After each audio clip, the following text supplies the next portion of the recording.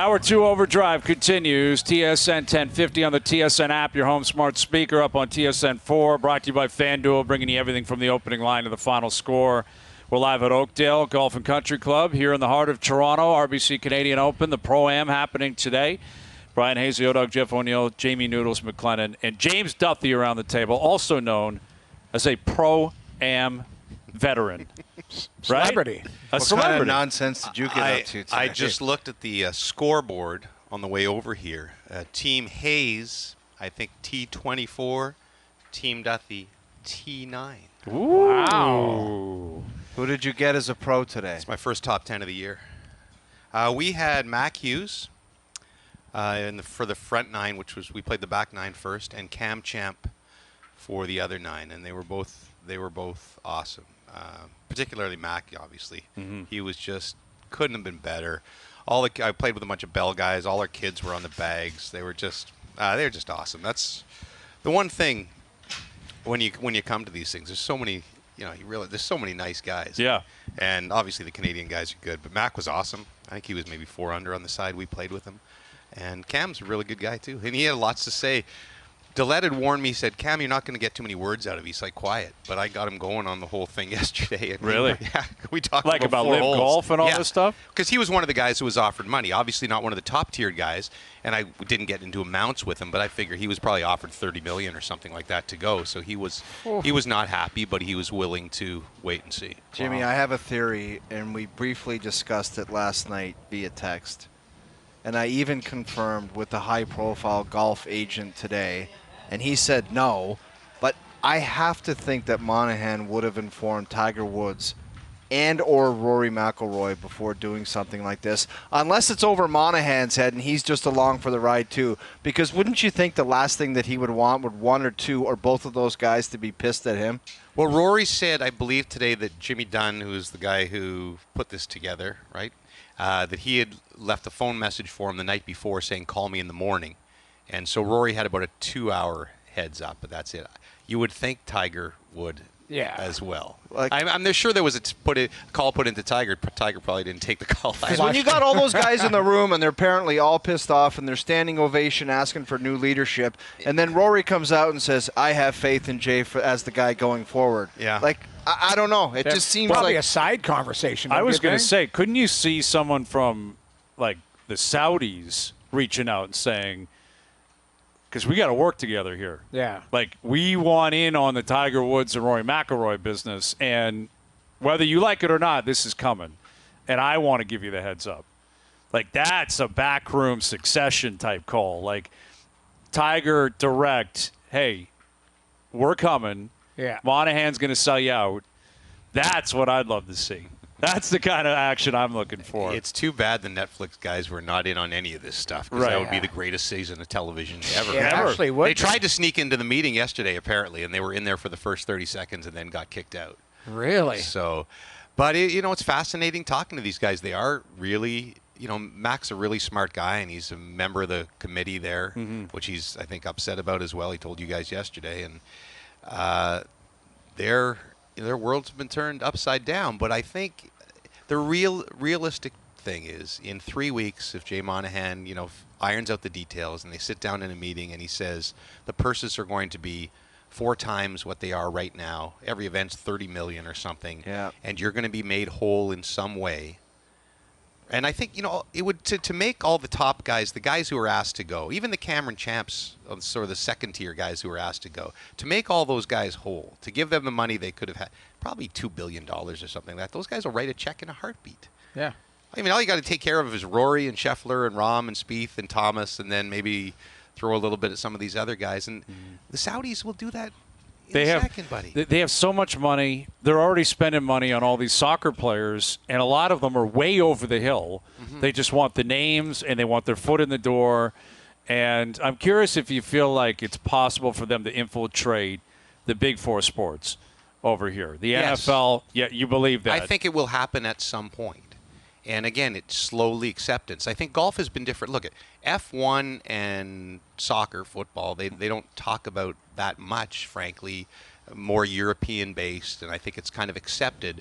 Whereas America, the PGA is an American institution, and 9/11 is an American thing that happened to America, even though it happened to the world. So all this stuff, I think, goes a little harder in the U.S. But, and I'm not saying this is a good thing, but unfortunately, I think over time they will get what they want is acceptance through this.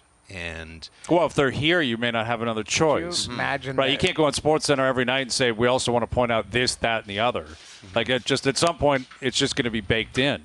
Yeah. when the light went off for me about the volume of money these guys have was in Qatar at the World Cup, where they built this subway system, which was the most beautiful subway I've ever been on, and they didn't build it for the future of the city. They built it to take people to the stadiums for 1 month. Right. For 1 month.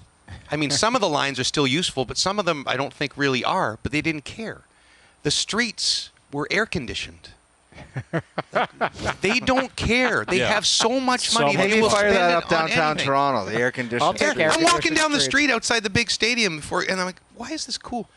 Because there's vents popping air conditioning into the streets. Wild. So Unbelievable. it's an amount of money that we can't comprehend in North American society, and they will do whatever it takes. And so I think in the end, the anger will subside and the players will probably accept. Not for sure. I mean, maybe Monahan will get ousted and they'll stay angry with him, but he probably is a savvy enough businessman that he knows, that money will win these guys over and that he probably has enough of it. Oof.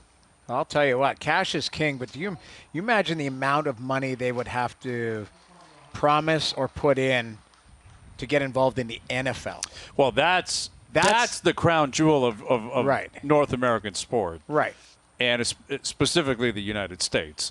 And it's one thing to have ownership over one team, but that doesn't put you on any level. That's you have one voice in the room. Jerry Jones is more powerful than you, right?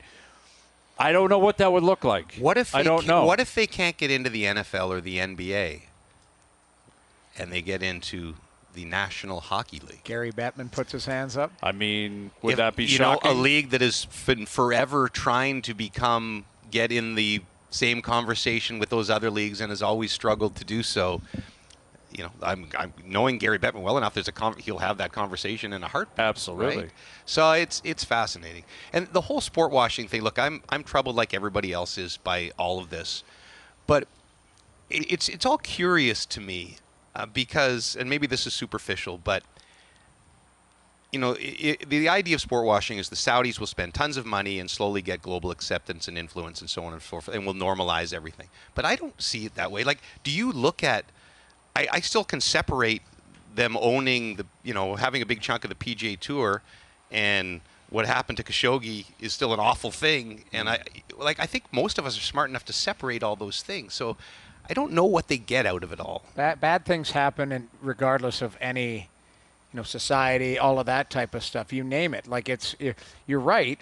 It doesn't. You should be able to separate it because, the reporter, what happened to him, that's awful throughout the world. It's not just but the human rights stuff and circling everything, down. I don't. It doesn't make me see them any differently because they invest heavily in sports, and so, I get the same. I'm sure you guys get on when I'm covering the World Cup. You shouldn't be there. You're a victim of sport washing and everything. Mm-hmm. Well, I don't see it that way. I'm still going to cover the sports because that's my job, but I can still criticize the regime for what they do, and will continue to. Because you have common sense, though. That's Yeah, the thing. I guess I don't know. I don't get it to an extent. Yeah, and I mean that's a very complex conversation Yeah. about where you draw the line. Let's go back and- to the rough here at Oakdale. Yeah, the rough at Oakdale. That's pretty wild stuff. All out there, I wasn't could it? think about when you were saying that, though, James, is like, do you think they start with Ottawa? What would the team that they start with? It's Arizona. Ottawa, they bring in Ryan Reynolds, so it's Yeah. Yasser and Ryan Reynolds Yeah. at the news conference. Reynolds is back in. It's got to be, to me, it's Arizona. I think they'd build a rink overnight. Yeah. All of a sudden, they'd have a rink. Yeah, There's your nobody ring. would question it. There would Yeah. not be a doubt They that there'd be bought a up- rink. yeah, And they'd be so- out of that university in a heartbeat. I'm sorry if you talked about it already. How was your experience out there? I had a today? great time. Yeah, it was awesome. Playing is no one's there. No. There's pros playing. Right. No one's actually like, hey, I wonder what Hayes is doing. But I thought it was phenomenal, like always. You're inside the ropes. It's such a cool situation. We were saying, this is a massive plot of land, like a massive property up here at Oakdale. And the fact that the logistics just go off, like, no problem. Everyone knows when you're supposed to be on the tee. You get off, you go out there, you have a great time. Got to play with a lot of really, really cool people. And it was just awesome. And the weather, any bad shot, I blame on the smoke. Yeah. Right? Like it got in the eyes, and that's why I shanked that shot. And Grappler jammed him up, too, with the flag. smoke, and sometimes I couldn't see through the rough with the smoke that was here. What do you want me to do? Yeah. That's probably 9 shots to the cap. I would say minimum a handicap of 9. I find I do, because I'm such an idiot, I do get fooled. Like, I had a really good start, like parred the first 4 holes, and I start to like strut like DJ. I'm walking with Mac, just like I see them on TV on the weekend. We're having a casual conversation, and you feel like a pro. I know. And then you like completely shake to it. You realize you actually suck, and you left your wedge back on 13. We all know the job you do hosting big time. Like when you get called on the first tee, are you nervous? Yeah, I wasn't as bad this year. The first one I did, the 2015 Canadian Open, was at Glen Abbey, and there must have been 1,000 people around the first tee. And I was so nervous that I couldn't get the tee in the ground because my hand was shaking. And I must have sat there for 30 seconds. No, the fans notice that too. They're like, watch this guy, man. They really, They do. They're like, watch this. I was better today, but I could do TV in front of 10 million people, but golf in front of 300 or something is different, isn't it? Because it's not your comfort zone, and you're not. I know that I'm a loser, right? And that I'm going to do something awful, Exactly. and so you have no confidence. Exactly. Like my first shot of the day, the swing is so bad. It's such an awful, jabby, short, pukey swing. But I was so nervous. I was like, please don't Tom Kite this thing. Like, just get it up. Was there potential kite victims? Oh, there were people around. Oh, Mac Hughes almost got hit like 3 times by someone in our group. And then there's one hole where the amateur range is right by the tee box for the pros. Like, it's a couple 100 yards back. Right. And there were balls coming, and Mac looked legitimately okay. Yeah, it's like concerning. He was ducking behind the signs. It's concerning. Yeah. But that's over today. It's over today. And tomorrow it's go time. Do you have a feeling one way or the other how this could play out? Well, I do have a feeling, and, sometimes you get sucked in as like mid-handicap guys like ourselves, is thinking how hard it is, and then you go watch these guys on the weekend and they're awesome. But even talking to Mac and Cam Champ today, like Cam said that this is the toughest rough other than the U.S. Open that they'll play on tour all year. Wow, which says something, including Oak Hill, which they just went through, which is wild. That's what he said, and so. Early at the beginning of the week, a lot of people were saying, "Oh, it's going to be 30 under, or whatever." I don't think so anymore. I'm thinking like maybe 15 or 16 or something like that. I might be completely wrong. Somebody might bang out a 61 tomorrow, but right. That's kind of what I was picking up on too. Just the caddies speaking and different people. Like that stretch from 3 to 6 is a legitimately anywhere on tour hard stretch of golf. Yeah, like really hard stretch. Exactly. We went 9 under on the front. Which was the back, sorry. So 10 through 18, we were 9 under. Like I said, I was strutting like DJ to the tee. We were first. The leaderboard came up. We're up first on the leaderboard. And then poor Cam Champ takes over, and we were 1 under on the back. Wow. That's with getting strokes and everything. 8 strokes difference between the 2 holes. And I honestly think with the pros, it'll be 4, on an average, like 4 strokes difference or something like that. Like, I think someone will shoot 29 on the back. I think that'll happen. Someone will knock out like 7 birdies. And I think there will be multiple guys in the 40s on the front, like a lot of guys who shoot 40, 41, and that's probably the way it should be. You're going to balance it out. The course should be difficult. It's an Open Championship. Like, St. George's played that way until Sunday last year when all of a sudden Justin Rose shot a 60, and all of a sudden guys started putting up 63, 64, 65. It held together really, really well. And I hope that's the case. I hope 15 under wins it. Because it just has a different vibe when it's 28 under on Sunday. And you're looking at it, you're feels like, like the John Deere or something like that. Yeah, right? exactly. And like, you want it as a Canadian Open you want it to challenge it. Somewhere in the teens or something would be nice, right? Do you think it's a more compelling story if McIlroy wins or if a Canadian wins? Well, if a Canadian wins, just because. Always? Yeah.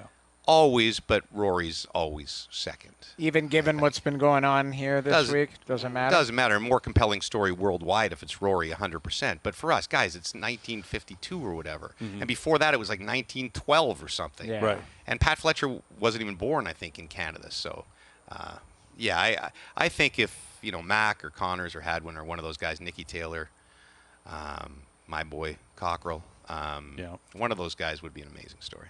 Jimmy, do you think the Cup final, is it tough to like get the Yeah. juices going about it? It It's is. like there was so much time leading up to it, and then there's another 2 days. It's like, obviously the Vegas market's invested, Florida too, but Well, and the games didn't go well either from that standpoint, right? The first 50 minutes of game one, you said, okay, we're going to have a series here, Yeah, we right? We got a sat game. at the desk and Yep. we got something, and Looked now good. we're like, oh, man. Well, last game was a disaster by the end. I kind of feel like I want it over now, and I don't want to feel that way as a guy who loves the game. Yeah. But I'm like, okay, let's just end this thing. It's been too long, and I don't want it that way. I mean, I love it for Florida to come back and go 7, but it's got 0 jam right now. yeah, it's crazy.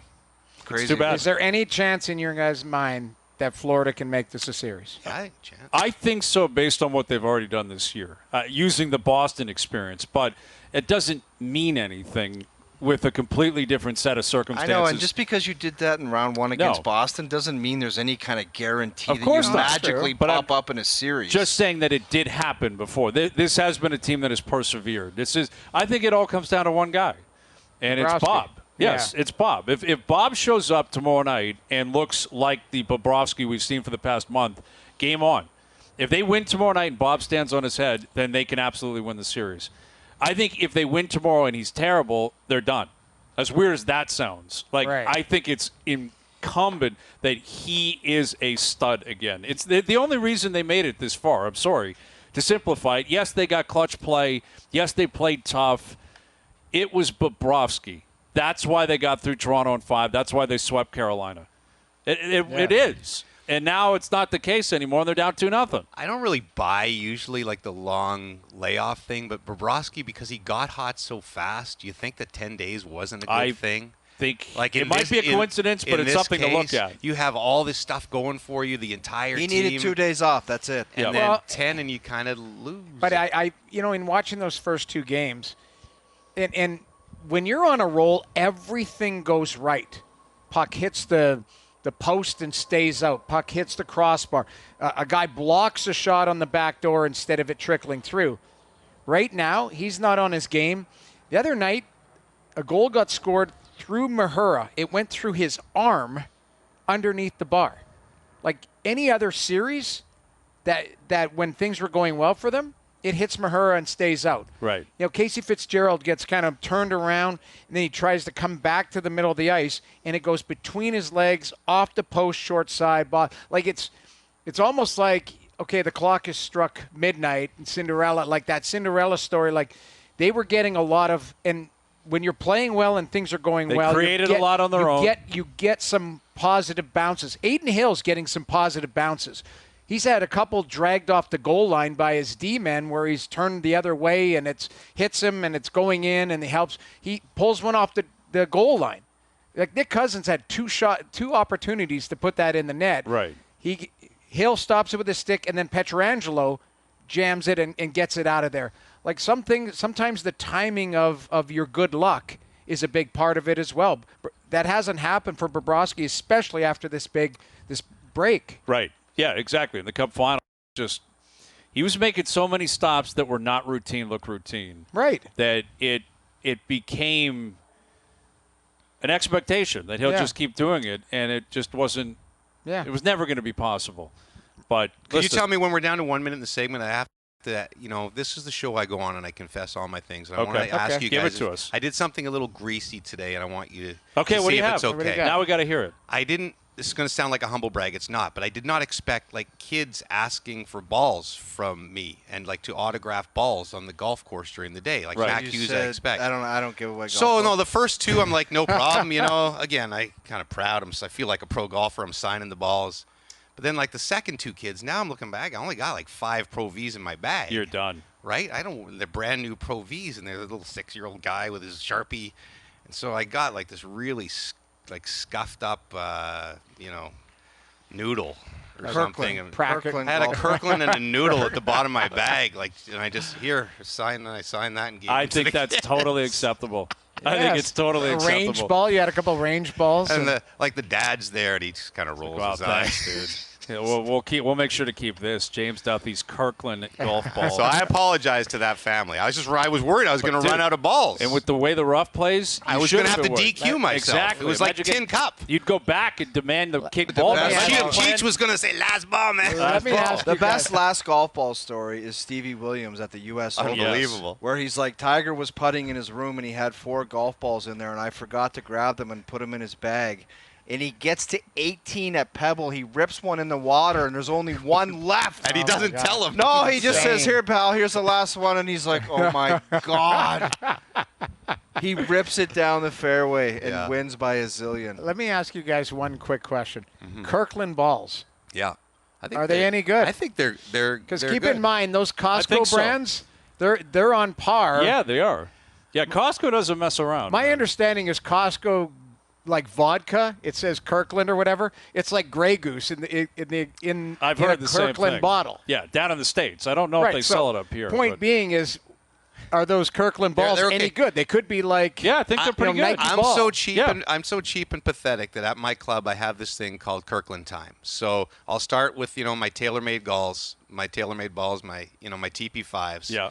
And when I lose like my third TP5, like around 12, it's Kirkland Kirkland time time. because I'm not going to go to a second sleeve. That's greasy. I like man. that play, That's though. Greasy. I like that play. It's frugal, is what I it is. love it. I should be doing ads. It's smart play. It's smart. Kirkland time. Like those, you're a legitimate player and a good player, though. Like if you play with someone that doesn't play often and there's like a par 3 over water, they go back to the bag and get a brutal Oh, it's ball. a great commercial. 220 over water. You just hand the guy a Kirk. And Yeah, just say, say, put there you that. go. Hit that thing into the water. Bobby Mack's the best. He's got like 3 balls in his pocket, and no one gets back down on the tee. Like he's the world record holder. Tees off, ball's gone. Ball's back. Another ball's back on the He tee. in 4 reloads seconds. immediately. The quickest reloader in the West. So listen, that is a talent, though. It really is. It's a talent. All right, JD, great stuff, buddy. Thanks for popping in, and you'll be here all week, I guess, right? Yeah. We'll see you guys all week long. Yeah, we're going to be here the rest of the week. Yeah, it's going to be awesome. Thank Yep, you guys. there he is, James Duthie, joining us here at Oakdale Golf and Country Club, RBC Canadian Open. Tips off tomorrow morning. Confirm or deny still to come this hour. Again, we're live at Oakdale. OverDrive continues. TSN 1050 and on TSN 4. I can neither confirm or deny that this is in fact a segment. Austin trades Andrew Raycroft to Toronto in exchange for the rights to Tuukka Rask. It's been my honor and a privilege to serve as the general manager of the Toronto Maple Leafs Hockey Club. It's time for Confirm or Deny. Do you regret giving all those gentlemen the no trades or no movement clauses? Well, I can neither confirm or deny that. I can't confirm or deny. All right. I forgot. I should have pressed the mute button. Yeah, just a loud can opening sign just as we're about to fire it's up. not Confirm or deny. It's not a beer. No, I understand. It's all good. I love Confirm or these deny. Zevia. Brought to you by Don Valley North Lexus. Right now, lease the 2023 IS300 all-wheel Drive F Sports Series 1 from just $298 bi-weekly for 24 months. Visit DonValleyNorthLexus.com for all of the details. All right? Confirm or deny. We know the way this works. The statements are made. We go around the table. We confirm them or we deny them. Very simple stuff. Yep. Confirm or deny. Alek Manoah will return to form at some point this season. You know what? I'm going to deny it because it's so easy to be in love with what he represents, with his status on the team, what he did last year, and to throw out the standard comment, which is, he's going to be fine. Mm-hmm. I just find the road back to where he needs to get to is so big and so long. And this sounds awful and it's pessimistic, but I'm just going to deny it as opposed to saying, I have full belief that he's going to get this thing back on the track. Because that's the easy. It's kind of the easy answer, just to say, he'll be fine. Don't worry about anything. Right. There's a lot to worry about, man. There is. And saying that without putting more thought into it is not paying attention because that's basing it on what you were thinking would happen. Right. But that hasn't been the case here. There's a reason he's in the Florida Complex League. They're not Right. even sending him to AAA. If this was just an issue that they think they can get over, they'd phantom IL him, say you're out for a few weeks, stick Right. around town, and then we'll see you when we hit the road again. Right. This is disappear. No one finds you. No one sees you. No one knows what you're doing. and we'll dictate how you're going to get back up here. It's a completely different level of protection, but also I think it points to the concern. The case for confirming it would be that it's still the beginning of June. That's the case for confirm. Even if this got what released does for the 2 time of months. the season have to do with it? Well, but the point being is if this was blowing up in August and he went down, you're like, you got a month left. You're probably not coming back. Right. Let's say he goes down there for a month, then shows up in maybe AA, then AAA by the end of July. There's a chance by August you still have 55, 60 games left, and you feel like he can get back in the rotation, right? But I'm not going there either. I'm denying it as well because I just think this is nuclear what is happening here. The fact that they're sending him to Dunedin and it's this bad, I'm not saying he won't return, but the question is return to form. Right. Form suggests a high-end arm in the rotation. I don't think it's going to happen in 23. I think we all want him to, but I'm going to deny it. So they've played 62 games. So you got 100 games left. But you just mentioned if he goes down for a month and then works back to single A, triple A, however it works as far as the step ladder for him to get back. Let's say that's 2 months. Now all of a sudden you're chewing off 55, 60 games. A lot of games. With breaks. Yep. That only puts you 40-some left. And how many starts in that? I don't think you'd have enough sample size. That's 6, 7, 8 starts. Right. I don't know. I'm denying it. The month is like the baseline. Don't even That's what it think sounds about like. seeing him in a month. It sounds as if he's down. He's out of sight, out of mind for about a month. Okay, so let's say that's potentially 28 games, maybe give or take 30 games. We'll call it a little bit more in a month. But even again, if he comes up, you got to get to that level. Then you got to accelerate. That's the different thing. I'm not saying that it will never happen again in his career, but if everything goes well, he gets back up at some point, maybe late July or whatever, and they give him a chance to just try to find some footing in the rotation. Right. But finding his form where he's a low 3 ERA stud, he got the ball, talking smack. That just seems seems so far away. Yeah, so far away, and it's subject to change. Maybe it's different in a month, but right now it's difficult to see it play out that way. So what are you doing? Confirming or denying? I deny. He denied. We all denied. I'm going to deny. All right. Confirm or deny. Brad Treliving, the new GM of the Leafs, has already made his decision on the future of Sheldon Keefe in Toronto.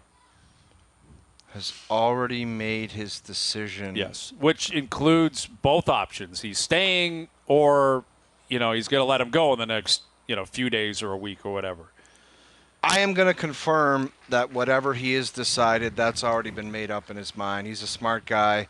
You can sit down and talk to them. You can have phone conversations. But the ideas you have are basically what's going to lead you to make the call, isn't it? If you have in your head, I got to make a coaching change here if I'm going to come in there, that was decided a long time ago. So I'm 100% confirming that he already knows. I'm denying it because I think he has time. And people say it's disrespectful to Sheldon Keefe. He's getting paid. He's got another year on his deal. But, Jamie, if you have time and you're thinking about something else, doesn't that mean you don't want the guy to begin with? Potentially, but also you're shopping the market saying, who's out there, who could potentially be out there. And you just, I keep saying this, the guy just got the job last week. You've got to go and spend time with these people and understand, Brad Treliving he's not going to have one meeting with Sheldon Keefe for 2 hours and go, yeah, you're in or you're out. You've got to dig around. And this is why I think it's going to be a feeling out process and it's going to take time to sort it out. And again, there might be a coach out there that he covets that's either not available or, that he's got to sort out. So I'm denying it because I come back to, I think Treliving has the luxury of time to sort this out over the offseason. Now, you need a coach in place for September, but, I think his focus is probably more on getting Matthew sorted out, seeing where William Nylander's out at, but also developing a relationship with Sheldon Keefe. You're not just letting him go for the sake of, hey, I got to let him go. I think it's still a work in progress. Yeah, and he's got to catch up, and you should expect that. The Leafs should expect that, right? He's got to figure out what's been going on with the staff. They've lost some, an assistant here. Carberry, yep. So there's a number of different, balls in the air. But I'll confirm it because I think the one guy who's going to have maybe the ultimate voice on this is not Brad Treliving. I think it's Brendan Shanahan. And I think Shanahan, if he wants him to stay, Sheldon Keefe's going to stay. And I think Treliving's going to have to work with that and operate with that. And that's just the chain of command. I mean, that's the way it works. And by all accounts, seems like Shanahan's somewhat high on Sheldon. Shanahan has possibly said what he's possibly said to the core 4 players. So, in a way, Treliving may be handcuffed in some capacities. And it very well could be the case here with the coach. And that doesn't mean Treliving doesn't agree. Right. He very well could agree. And he may have gone into the room saying, what I've seen from afar, I like this guy. And if Shanahan said, I do too, then I think it's over. I think he's going to stick around. And the question is, do they give him an extension? Do they make him feel good about the situation? I don't know why they would do that with Sheldon Keefe if they didn't do it with Kyle Dubas. Right. Why does it all of a sudden a lame duck situation you can't work with? You just went through it with Dubas. Now maybe they'll learn from that experience, but is something going to happen between now and the end of next year where Sheldon Keefe is, you can't keep him if you don't want to keep him? No, I find that hard to believe. It's all sometimes managers come in and you want to use. I think in this scenario, he probably has 2 bullets. One right away. Well, that's another thing. And then a second one after if something doesn't go well with your hire. Right. Right? But he might have the luxury of 2 because you can go, I'm going to see how this sorts out till Christmas. I'm going to put this team together, let this guy coach it, bring in another. It might be an associate coach you bring in, not an assistant coach, an associate coach that you like. It's your guy, and they coach together. I like Sheldon. You look at his regular seasons, it's awfully successful. I just didn't like the walking back the comments and always trying to find a different way to phrase things. I don't know. And it also depends because we've had private conversations off the air when the lights go off, Hayes, about, well, if that guy's available, how do you not go after him? You know what I mean? Like if a top end coach, and we're not talking about one in particular, but if there's somebody out there where you're like, man, that guy could really get them over the hump, or possibly, you almost have to look at it. That's always what should have been the case. Yeah. If there's one thing you take out of Vegas, at times it got silly. At times it became like a video game GM mode where it's just you're out, we're signing that. But what was behind that philosophy was there's a better option, so we're doing it. That's what I've hated about these long-term contracts as soon as they started coming in. Oh, yeah, the organization's like, we got to get this guy locked up for 7 or 8 years. I'm like, that's great and everything. If you want to get that number to at a point where you want to look at it and that's the number you like. But if you don't win, what's the sense of keeping a group of guys together for 7 and 8 years? And here's the thing with Keefe and what you just said. And it applies to the other core players of this team, core 4, 5, 6, I don't care who it is. Right. Individually, you can look at all of them and say, I like that guy. Right. Right? I like what this guy did. But then at the end, you look collectively at the results and you say, well, that didn't work again. Yeah. So that's the whole point. If it's Keefe and the 4 forwards and Riley, individually, I could sit here and rave all day about them and what they do well and how they represent the team and the city. There's no controversies or anything like that. It's nothing personal. It's just when you take a step back into the macro, you say, they haven't won anything. Right. That's that group. You're just going to come back again? Yeah. I think they're really risking. We say this every year. Blowback. It's not like people are going to start selling tickets off or not showing up or real protesting. That's not how we operate in this city. But if it's Keefe, Matthews, Marner, Nylander, Tavares opening night, some fans are going to absolutely freak out. Well, and again, it's not that they don't like them individually. Yeah. Right. And It's just, what are we doing here? Again, that'll be the collective response. Unless it's them and they found a way to go, okay, we added a rock star defenseman or added a rock star goalie. Without subtracting any of them? That seems very difficult You're to do. right. Very but you know difficult what? to The do. other thing, too, before we move on, is the decision might be made for Brad Treliving if he goes to William Nylander and says, I'd like to extend you, and he goes, yeah, sure, 8 years at 10. Right. And he go, I can't make that work, then we have to figure something out. Yes. And you just look at the 2 examples. We've talked about it at nauseum. The Florida Panthers didn't say, well, we won the President's Trophy, so that's going to carry us along. We're not changing that. They made a change. Yeah. Vegas had quality teams, and they said, we're going to change the dynamic because there's another guy out there, a different guy who we think can make us better. Right. They just didn't say, we're a great team. We're going to just roll it back. And I understand there are two examples, and it worked for them. They got to the finals. There's a roll of the dice every decision you make. It doesn't work like that. There's a bunch of teams that made changes that didn't work for them. Well, yes, you might get it wrong, too, and I understand that. But there's also been... What about getting it wrong with the same thing every time? Well, but that's the point. Worse. I've heard Brad Treliving come out and said it on our show. I'm not going to making change for the sake of change. It's not change for the sake of change. It's change because you can't win.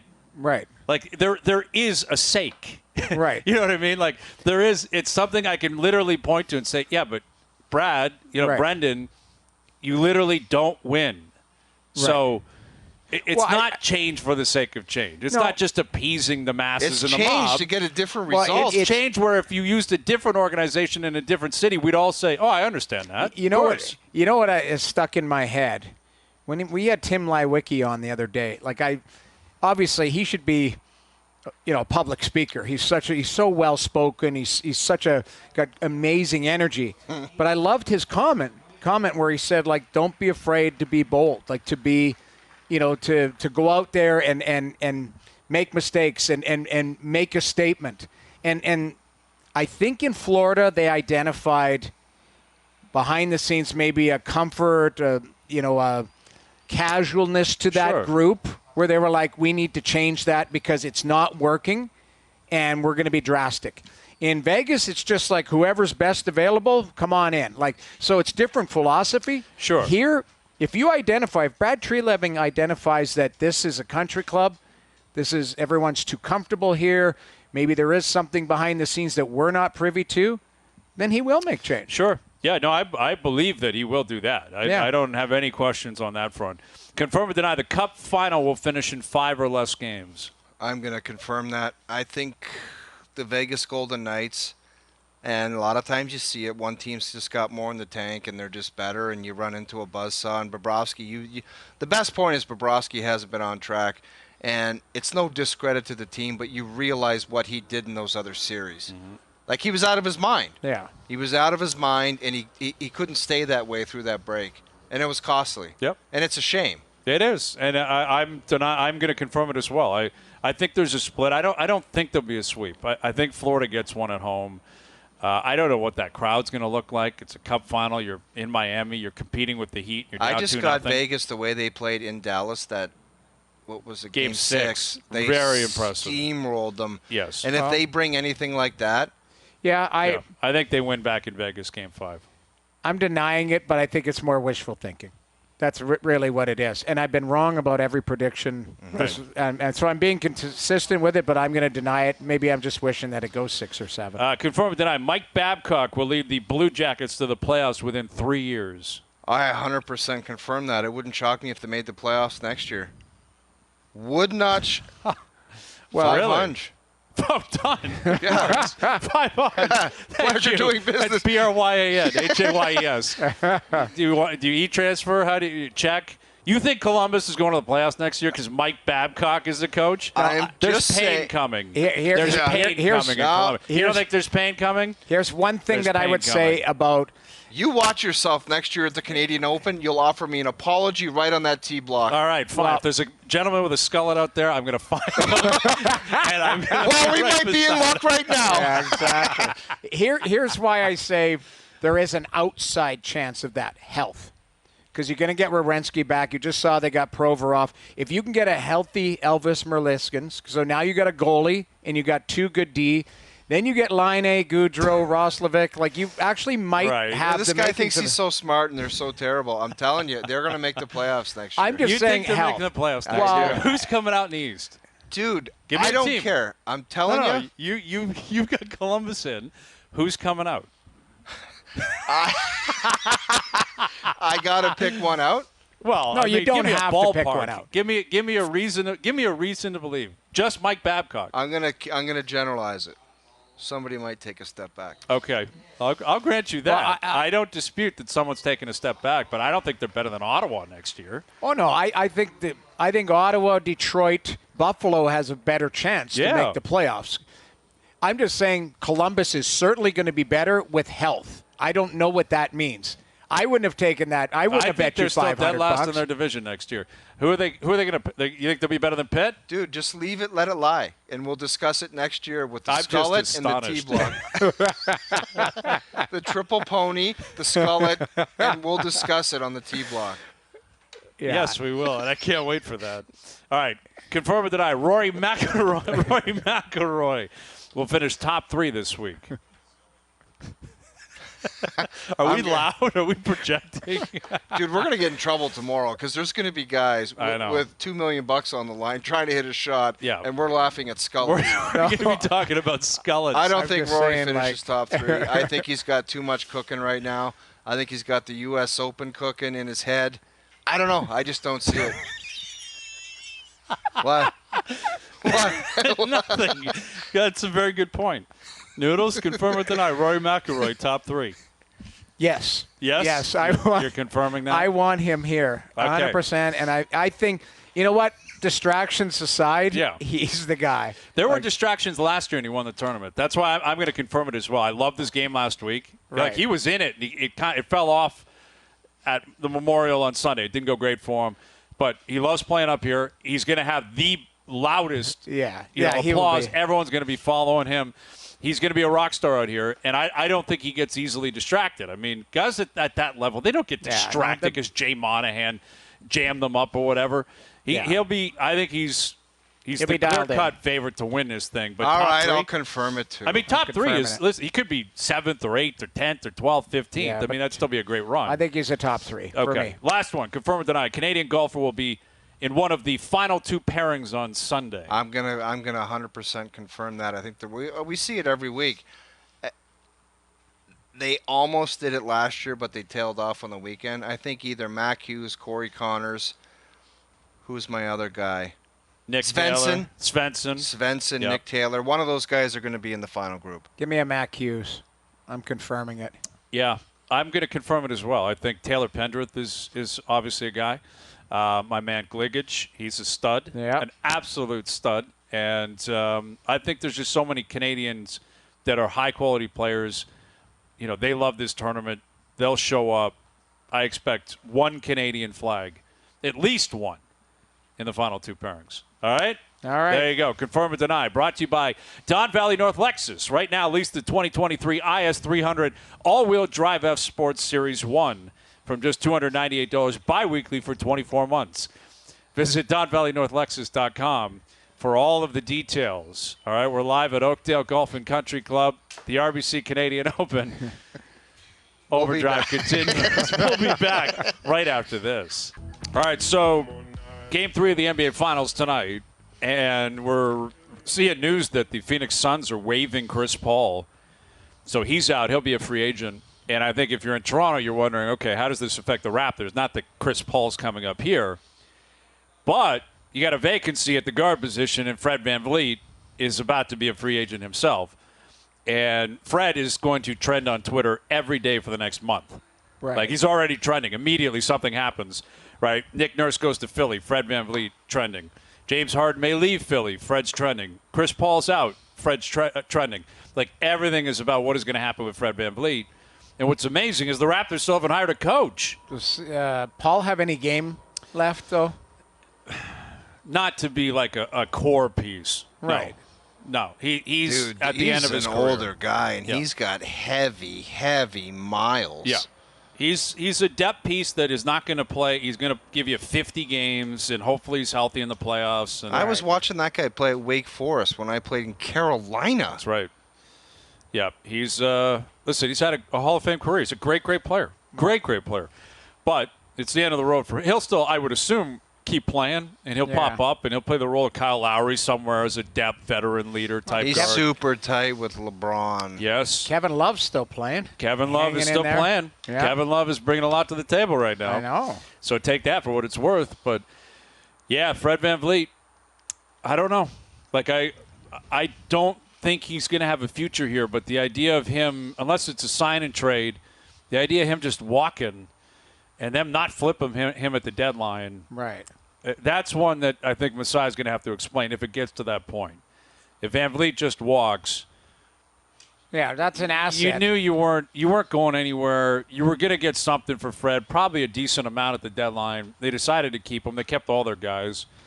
And that's going to be a big question over the next month is who are they going to hire as a coach? Who they hire? What is that going to say about the direction they want to take the team? What happens with Van Vliet, Siakam, et cetera? Like, there's going to be moving pieces up here in Toronto. You can bank on it. They better have some kind of coach in the chamber here where it's like, okay, that's worth the wait. Well, now they're the only team looking for someone. So you might as well take time now, I guess. Yeah. You're not competing with anybody anymore. And I think that probably speaks to who they've been interviewing, is that whoever it's going to be was not on the radar. Right. In Detroit, in Houston, in Philly, in Phoenix, in Milwaukee. The Raptors are an outlier, and that's kind of been their history. They've gone with coaches who don't have a lot of NBA experience. Right. Like well, Nick Nurse, Dwayne Casey was an assistant. Sam Mitchell wasn't a head coach anymore. Like the last three coaches, that's what it's been. Be an up-and-comer then. More than likely. Yep. Final hour coming up. Mark Zucchino will join us around the table. Darren Dreger will join us on a lot of news in the NHL. And the Jays are back in action. We'll tee up the game tonight with Houston in town. Overdrive continues. TSN 1050, soon to be up on TSN 2.